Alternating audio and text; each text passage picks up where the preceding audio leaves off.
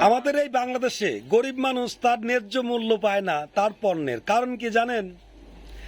কারণ যখনই কোনো গরিব মানুষ কোনো একটা পণ্য নিয়ে আসে, যেমন ধরেন দুধ, একজন মানুষ দুধ কিনলো ধরেন 50 টাকা কেজি, আপনাকে যদি এসে বলে ভাই 60 টাকা কেজি দেন, আপনি বলতেছেন এত দাম নেব না, 50 করে দেবেন, তাহলে ওই দুধওয়ালা কি করে? লাস্টে গিয়ে ওই দুধের ভিতরে 1 কেজি দুধে 3 পোয়া পানি।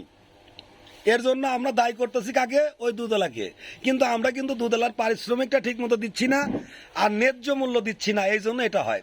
আর একজন ব্যক্তি মনে করেন ঢাকা শহরে বড় একটা দোকান আছে, এই দোকানে আপনি দুধ কিনতেছেন 100 টাকা কেজি, ওই ব্যক্তি দুধ কিনে আনছে 70 টাকা কেজি, তারে 30 টাকা লাভ দিতে পারতেছেন, কিন্তু এই গরিব মানুষের 10 টাকা লাভ দিতে আপনি রাজি না।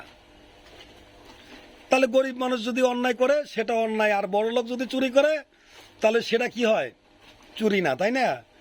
একজন গরিব মানুষের পদে পদে কষ্ট, পদে পদে দুঃখ, তারপরেও তাদের দোষ থেকেই যায়।